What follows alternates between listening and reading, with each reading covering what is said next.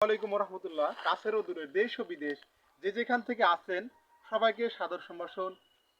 আমি হাকিম এমআর তালুকদার আপনাদের সাথে আছি। বন্ধুরা আমার, আমরা চ্যানেলে বিভিন্ন প্রকার স্বাস্থ্যবিধি, নিয়মকানুন, ঔষধি গুণাগুণ এবং শাকসবজির হাজারো গুণাগুণ সম্পর্কে আমরা আলোচনা করে থাকি। আমাদের সাথে থাকবেন ভিডিওতে। আমরা আপনাদের বিভিন্ন বিশেষ ঔষধি গুণাগুণ সম্পর্কে আমরা আলোচনা করব। বন্ধুরা আমার, তন্মধ্যে আজকে আমরা আলোচনা করব কলা। বন্ধুরা আমার, কলা এমন একটি ফল যেটা আমরা রান্না করে খেতে পারি এবং পেকে যাওয়ার পরে এটা খেতে পারি। কলার অনেক গুণ রয়েছে। আপনি যদি কলা রান্না করে খান তাহলে আপনার যাদের অ্যামিনিয়া, অর্থাৎ শিশুদের দেখা যায় অ্যামিনিয়া, আমাদের গ্রামগঞ্জের মহিলারা অনেকে অ্যামিনিয়া রোগে ভোগেন, রক্ত স্বল্পতায়, এই রক্ত স্বল্পতা দূর হয়ে যাবে। তবে হ্যাঁ, আমাদের মা বোনরা একটা ভুল করে থাকেন, সেটা হচ্ছে কি জানেন, যে যে কোনো সবজি কাটার আগে বাটি ভর্তি হাত, কি বললাম, বাটি বটি এবং হাত ভালোভাবে ধুয়ে নিতে হবে এবং আপনি যে সবজিটা কাটবেন সেটা ধুয়ে নিতে হবে। ধোয়ার পরে বড় বড় করে টুকরা করে কাটতে হবে, হালকা তাপে রান্না করতে হবে। সবজিতে তেল দেওয়া লাগে বেশি, মাছ মাংসের সব তেল দেওয়া লাগে কম, কারণ মাছ মাংসে এমনিতেই তেল থাকে আর সবজির তেল থাকে কম।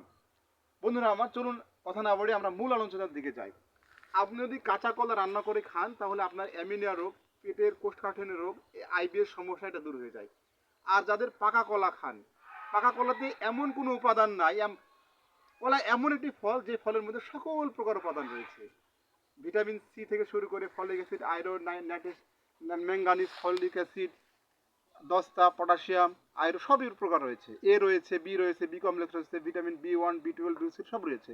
সুতরাং আপনারা নিয়মিত কলা খাবেন। কলা একটা দেশীয় ফল এবং এটা আমরা ওজনে কিনি না, এটা আমরা কিনি হচ্ছে আপনার হচ্ছে কেজি ভাও কিনা পাওয়া যায় না, এটা হচ্ছে হালি ভাও কিনা লাগে। তবে হ্যাঁ, অনেক এলাকায়, উত্তরবঙ্গের অনেক এলাকা রয়েছে যেখানে কলা কেজি ভাও বিক্রি হয়।